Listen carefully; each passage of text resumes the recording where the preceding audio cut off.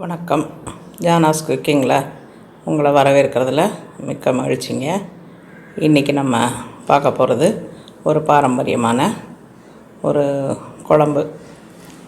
இது கல்யாண வீடு, இந்த மாதிரி விசேஷ வீடுகளில் ஸ்பெஷலாக செய்யக்கூடிய ஒரு குழம்பு. அது எப்படி செய்யலாங்கிறத நம்ம பார்க்கலாம். இன்றைக்கி செய்ய போகிற குழம்பு பக்கோடா குழம்புங்க. இல்லை, நம்ம பக்கோடா செஞ்சுக்கலாம், அதுக்கப்புறம் குழம்பு செய்யலாம். ஃபஸ்ட்டு பக்கோடாவுக்கு என்னென்ன பொருள் தேவைங்கிறத பார்த்துடலாம்.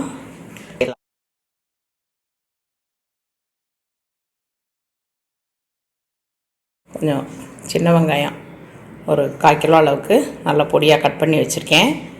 ஒரு 2 பச்சை மிளகா பொடியாக நறுக்கி வச்சுருக்கேன். தேவையான அளவு உப்பு, கடலை மாவு ஒரு கிண்ணம் எடுத்திருக்கேன்.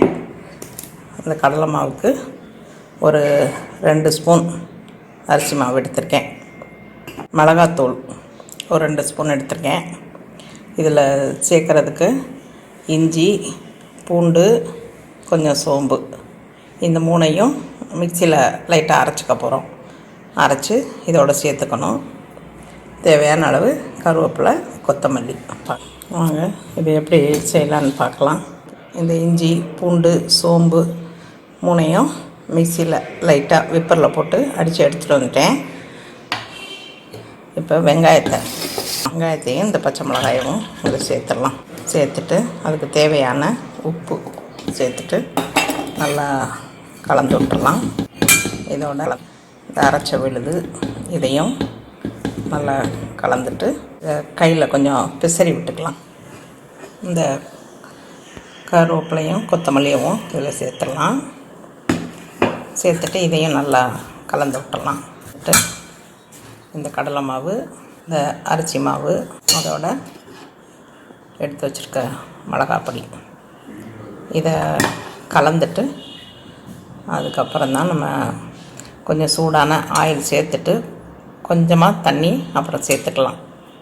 முதல்ல நம்ம தண்ணி எதுவும் ஊற்றிட வேணாம். இதை பிசைஞ்சு பார்த்துக்கலாம்.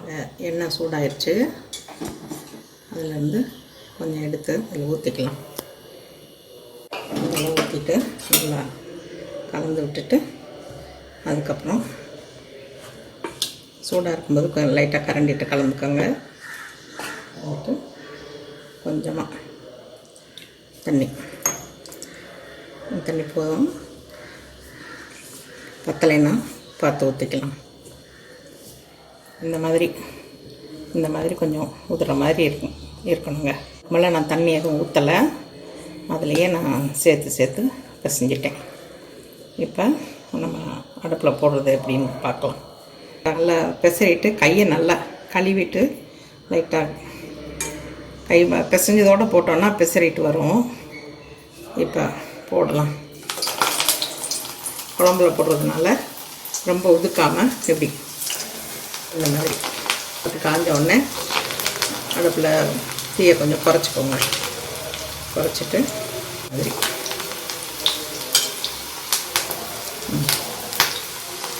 வெந்த உடனே இன்னொரு பக்கம் வெந்து நல்லா செவந்து வந்தோடனே எடுக்கலாம். இந்த நேரம் வந்த உடனே எடுத்துடலாங்க. சுவையான நல்ல மொறு பக்கோடா ரெடி ஆயிடுச்சுங்க.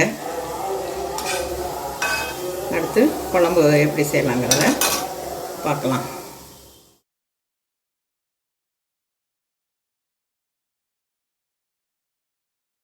இப்போ குழம்பு எப்படி செய்யலான்னு பார்க்கலாங்க. அதே கடாயில் கொஞ்சம் எண்ணெய் சேர்த்துருக்கேன். கடுகு தாளிச்சிக்கலாம். கடுகு நல்லா வெடித்தோடனே கடுகு வெடிச்சிருச்சு, கருவேப்பிலை சேர்த்து வெங்காயத்தை சேர்த்துடலாம். அதோட தக்காளி சேர்த்து நல்லா வதக்கிடலாம்.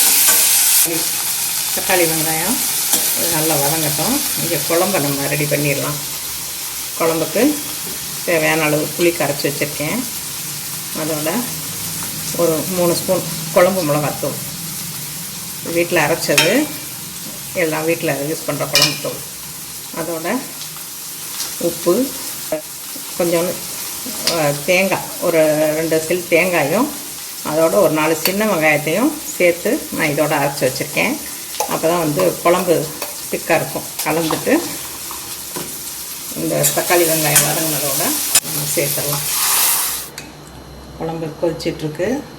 நல்லா பச்சை வாசனை போகிற அளவுக்கு நல்லா கொதித்து கொஞ்சம் வற்றி வரணும். அதுக்கப்புறம் நம்ம அடுப்பை ஆஃப் பண்ணிடலாம். குழம்பு ரெடி ஆயிடுச்சுங்க. நல்லா பச்சை வாசனை போயிடுச்சு. நல்லா ரெடி ஆயிடுச்சு.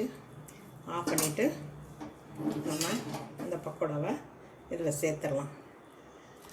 சுவையான பக்கோடா குழம்பு ரெடி ஆயிடுச்சுங்க. இந்த மாதிரி செஞ்சு சாப்பிட்டு பாருங்கள். சாப்பிட்டு பார்த்துட்டு உங்களோட கமெண்ட்ஸ் எல்லாம் எனக்கு போஸ்ட் பண்ணுங்கள். இந்த குழம்பு வந்து பக்கோடாவும் செஞ்சு இதுவும் செய்யணுமான்னு யோசிச்சிங்கன்னா நம்ம வீட்டில் செய்கிறதில்ல ஒரு நல்ல டேஸ்ட்டு. இல்லை அதுக்கு மேலேயும் இதுவும் ரெண்டும் செய்ய முடியாதுன்னு நினைக்கிறீங்கன்னா கடையில் பக்கோடா வாங்கிட்டு நீங்கள் குழம்புல போட்டுக்கலாம். அப்படியும் நான் இன்னொரு ரெசிபியில் உங்களை சந்திக்கிறேன். வணக்கம்.